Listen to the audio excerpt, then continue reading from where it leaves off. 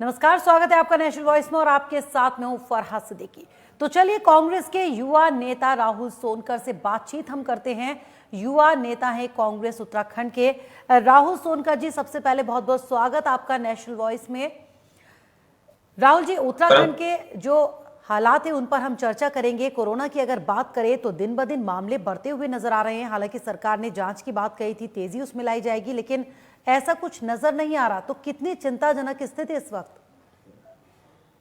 Corona से बचने का जो सबसे तेज उपाय है वो है टेस्टिंग। ज्यादा हम लोग टेस्टिंग कर पाएंगे उतनी तेजी से हम लोग इस संक्रमण को रोकने में सफल होंगे। लेकिन आज ही की रिपोर्ट जो आई है उसमें अभी तक पूरे उत्तराखंड में से 50,000 टेस्ट हुए।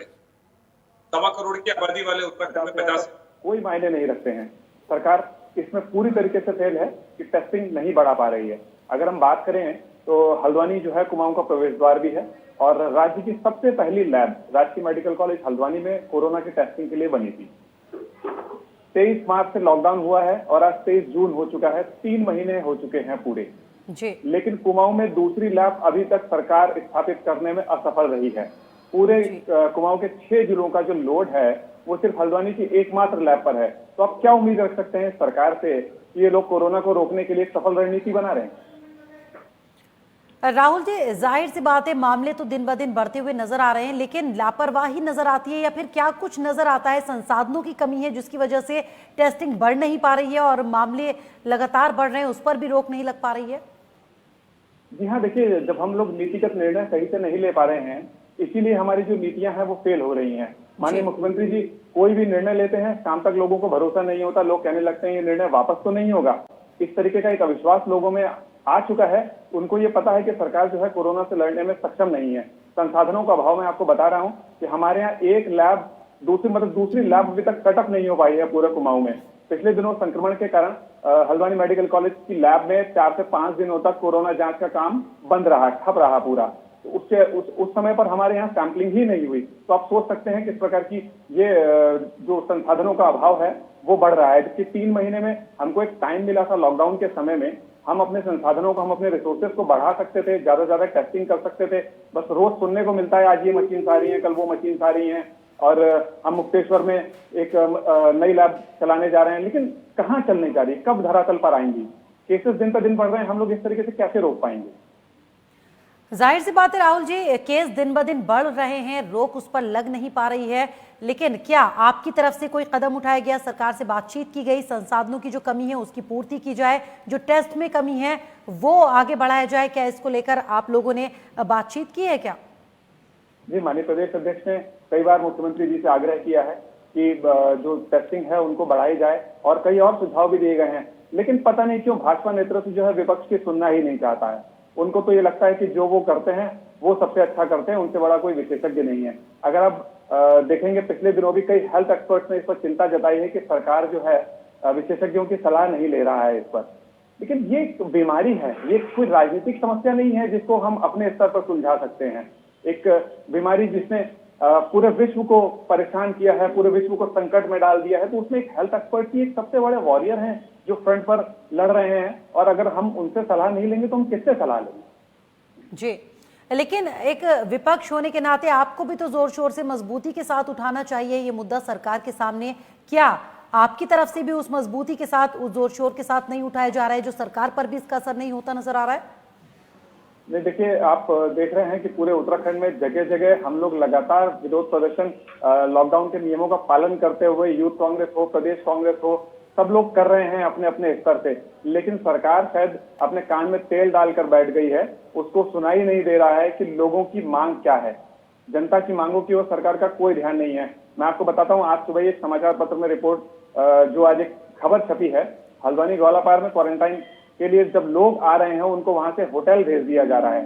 होटल में जब उनको क्वारंटीन, जो 7 दिनों का संस्थागत क्वारंटीन का जो नियम है, वहां 1400 से लेकर के 2000 रुपए तक पर डे चार्ज हो रहा है। और होटलों में जाने के बाद भी 3 दिन तक उनके सैंपल नहीं लिए जा रहे हैं। आप समझ सकते हैं कितना एक आर्थिक भार इस समय, जब लोगों के पास इनकम नहीं है तो उनके ऊपर पड़ रहा है। ये इससे बड़ी लापरवाही क्या होगी कि यहाँ से लोगों को होटल भेज दिया जा रहा है और उनके सैंपल जो है 3 दिन बाद लिए जा रहे हैं।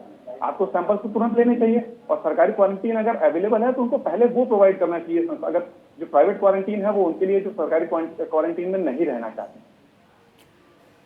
राहुल जी, लेकिन कहीं ना कहीं संसाधनों की कमी है, उतने बड़े पैमाने पर टेस्टिंग नहीं हो पा रही है। शायद यही वजह है कि 3-3 दिन तक जो सैंपल है वो नहीं लिए जा रहे हैं। ये भी बीच में अभी बात सामने आई थी हमारे जानकारी के मुताबिक कि सरकार दूसरे राज्यों से बातचीत करने की तैयारी कर रही है कि दूसरे राज्यों से बातचीत की जाएगी ताकि उत्तराखंड के जो लोग हैं उनकी टेस्टिंग दूसरे राज्यों में हो पाए। उसको लेकर भी तैयारियां तो की जा रही हैं सरकार की तरफ से। देखिए सर, ये हास्यास्पद है कि हम दूसरे राज्यों की टेस्टिंग लैब्स के लिए बात करने जा रहे हैं कि टेस्टिंग वहां होगी। क्यों नहीं हमने 3 महीने में अपने यहाँ अपने स्टेट में इतनी लैब्स जो है बना ली कि हमको दूसरे राज्यों पर आश्रित ना रहना पड़े। क्या दूसरे राज्यों में कोरोना नहीं है? क्या वो अपने राज्यों की टेस्टिंग छोड़ करके हमारे राज्यों की टेस्टिंग प्रेफर्ड रूप से करेंगे? ये बड़ा सवाल है। हम क्यों नहीं आत्मनिर्भर बन रहे हैं जब देश के प्रधानमंत्री ये बात कर रहे हैं कि आत्मनिर्भर भारत बनाना है। हम अपने राज्य में ही आत्मनिर्भर नहीं हो पा रहे हैं। कोई लैब बनाना कोई बहुत बड़ी बात नहीं है। आप मशीन मंगा करके आईसीएमआर से परमिशन लेकर के आप लैब बना सकते हैं। और क्या राज्य सरकार इतना भी करने में सक्षम नहीं है कि अपने प्रदेश में लैब स्थापित कर सके? राहुल जी, जिस तरह से आप कह रहे हैं कि जनता में अविश्वास की अब कमी हो गई है, सरकार पर विश्वास नहीं कर पा रही है जनता की जो मांगे है सरकार उस पर तवज्जो नहीं दे रही है, अनसुना किया जा रहा है, तो ये तमाम चीजें आप जिस तरह से बोल रहे हैं, तो क्या आप जो जनता की मांग है वो सरकार तक पहुंचाने का काम कर रहे हैं? आप खुद कह रहे हैं कि तमाम लोग सोशल डिस्टेंसिंग का पालन कर रहे हैं, जो आपके कार्यकर्ता हैं पूरी तरह से लॉकडाउन का पालन करते हुए नजर आ रहे हैं, लेकिन क्या आपकी तरफ से जनता को जागरूक करने का कोई कदम उठाया गया अब तक ताकि जनता पर भी इसका असर पड़े? पूरे लॉकडाउन के समय में हमने जगह जगह जो भी राहत की वो भी हम लोगों ने पहुंचाने का काम किया है। तमाम तरीके की सेवा कार्य किया। लोगों को ये जागरूक करने का तो लगातार कांग्रेस पार्टी प्रयास कर रही है किस प्रकार आपको कोरोना से बचना है। मैं आपको यहाँ स्पष्ट कर देता हूँ कि ये जो समय है ये ज्यादा चैलेंजिंग है। मैं आपके चैनल के माध्यम से भी लोगों से आग्रह कर रहा हूँ, इस समय आप अपने आप को अगर जरूरत नहीं है तो घर से बाहर ना निकलें। ये वो समय है जब संक्रमण सबसे ज्यादा फैल रहा है। लोग कहाँ से आ रहे हैं हमको नहीं पता। एक जो बड़ा जो चैलेंज है इसमें, एसिम्प्टोमेटिक कोरोना पॉजिटिव केसेस ज्यादा आ रहे हैं। मेरे सामने कोई व्यक्ति है उसको कोरोना है, शायद उसको भी नहीं पता है, लेकिन हो सकता है कि वो कैरियर के रूप में आकर के कोरोना लोगों को दे रहा है। हमको नहीं पता कि कोरोना उसको है या नहीं है, उसको खुद भी नहीं पता, लेकिन वो कैरियर हो सकता है। हमको ध्यान देना होगा अपने आप पर। तो हमको घर से बाहर नहीं निकलना है।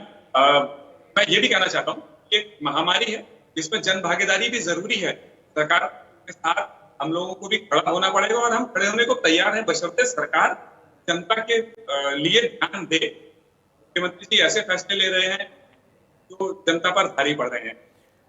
कौन कौन से राहुल जी आपकी नजर में वो फैसले हैं जो मुख्यमंत्री ले रहे हैं, जनता पर भारी पड़ रहे हैं, जो आप बता रहे हैं? कौन कौन से वो फैसले आपको लगते हैं कि नहीं लेने चाहिए सरकार को? देखिए फराज, सबसे पहले सार्वजनिक परिवहन को चलाने की बात आई है। 50% कैपेसिटी के साथ जो बसों को चलाने की, रोडवेज को चलाने की अनुमति दी गई है, उस पर किराया दोगुना कर दिया गया है।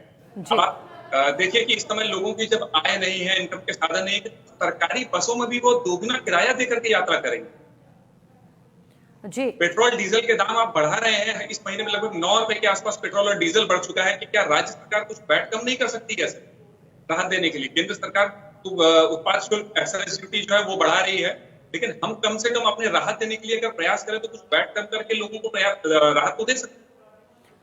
लेकिन सरकार का यह कहना है कि अब सिर्फ कोरोना के दौर में ये किराया बढ़ाया गया है, बाद में इसे वापस जितना था उतना कर दिया जाएगा, क्योंकि बड़े पैमाने पर घाटा हो रहा था, उसकी भरपाई करने के लिए इसको किया गया है। और साथ ही साथ जो लोगों को कम संख्या में अब बसों में बैठाया जा रहा है उसकी भरपाई इससे होगी, ये कह रही सरकार। देखिए, संकट के समय लोगों को सरकार का सहारा होता है कि सरकार हमारी सहायता करेगी जब आय के साधन निम्न हैं और जरूरतमंद जो लोग हैं जो बसों में यात्रा करना चाहते हैं। आज वो किराया डबल हो गया है, जिनकी आय नहीं है, बहुत सारे फुटकर व्यापारी, बहुत सारे जो नौकरी पेशा लोग हैं जिनकी नौकरी चली गई, अगर आज उनको यात्रा करना पड़ेगा तो उनके ऊपर आर्थिक नहीं है, क्या उनको डबल किराया देना पड़ेगा? सरकार इसमें अपने पास प्रबंध नहीं कर सकती? सब्सिडाइज सिस्टम पर किराया कम करें, जनता पर आर्थिक भार कम से कम डालना चाहिए, या हम लोग इस संकट के समय भी जनता पर कर बढ़ाने का काम करेगी ये सरकार? तो जब जनता इतनी परेशान है तो क्या विपक्ष होने के नाते जनता की ये परेशानियां सरकार के सामने लेकर पहुंचे आप? क्या ये मांगे रखी गई सरकार के सामने? हाँ, जब से फैसला आया है तब से कांग्रेस ये मांग कर रही है कि बस में जो किराया है ये किराया वृद्धि को जो है बिल्कुल बंद किया जाए। जो नॉर्मल जो पहले से किराया है उसी किराए पे बसें चलनी चाहिए। तो क्या कोई आश्वासन मिला सरकार की तरफ से जब सरकार के सामने ये बातें रखी आपने? तो जी नहीं, अभी तक इस प्रकार का कोई आश्वासन नहीं मिला है। आश्वासन नहीं मिला है तो आगे क्या कदम आप लोगों की तरफ से उठाया जाएगा? क्या और ज्यादा मजबूत तरीके से सरकार के सामने रखेंगे अपनी मांगों को, जनता की मांगों को, या फिर ऐसे ही इंतजार किया जाएगा कि सरकार खुद कोई फैसला ले इस पर? नहीं, बिल्कुल कांग्रेस पार्टी इंतजार नहीं करती है। कांग्रेस पार्टी हमेशा जनता के साथ खड़ी है। अगर ये सरकार ने फैसला वापस नहीं लिया तो हम और पुरजोर तरीके से आंदोलन को करेंगे। लोगों को राहत दिलाने का पूरा प्रयास कांग्रेस पार्टी करेगी। राहुल जी, इसके अलावा अगर कोरोना संक्रमण की हम बात करें तो सबसे बड़ी वजह क्या नजर आती है इसके फैलने की आपको? क्योंकि दिन ब दिन बढ़ता हुआ नजर आ रहा है इसका जो वायरस है उसका प्रकोप। हालांकि एक तरफ लोग सोशल डिस्टेंसिंग का पालन भी कर रहे हैं, तमाम नियमों का पालन वो कर रहे हैं, घर से कम बाहर निकल रहे, बावजूद इसके बढ़ रहा है लगातार ये संक्रमण। क्या इसके पीछे वजह नजर आती है? क्या बाहर से आने वाले लोग? बाहर से जो आने वाले लोग हैं उनको क्वारंटीन किया जा रहा है पीएम का। सबसे पहले अगर कहीं लापरवाही हो रही है तो कुछ ऐसे लोग भी हैं जिन्होंने इन बातों को छुपाया है कि बाहर से आ रहे हैं, तो वो लोग समाज में जरूर एक कोरोना के कैरियर बन रहे हैं। इस तरीके से जो लोग अपने साथ साथ लोगों को भी रिस्क में डाल रहे हैं। हमको थोड़ा व्यवस्था को और सख्त करते हुए ये जरूर देखना पड़ेगा और हमको भी जागरूक होना पड़ेगा कि हमारे आसपास ऐसे लोग तो नहीं आ रहे हैं जो नियमों का उल्लंघन कर रहे हैं और हमारी जान को खतरे में डाल रहे हैं। इसके अलावा ये कंटेजियस डिजीज तो है ही, क्योंकि किसी भी चीज में कोरोना हो सकता है। तो हम किसी भी चीज को टच कर रहे हैं, किसी भी चीज को छू रहे हैं, तो हमको अपने हाथ जो है तुरंत, अगर हमारे पास सैनिटाइजर वहां अवेलेबल है तो सैनिटाइजर से, नहीं तो जाकर के साबुन और पानी से घर में अच्छे तरीके से क्लीन करना चाहिए।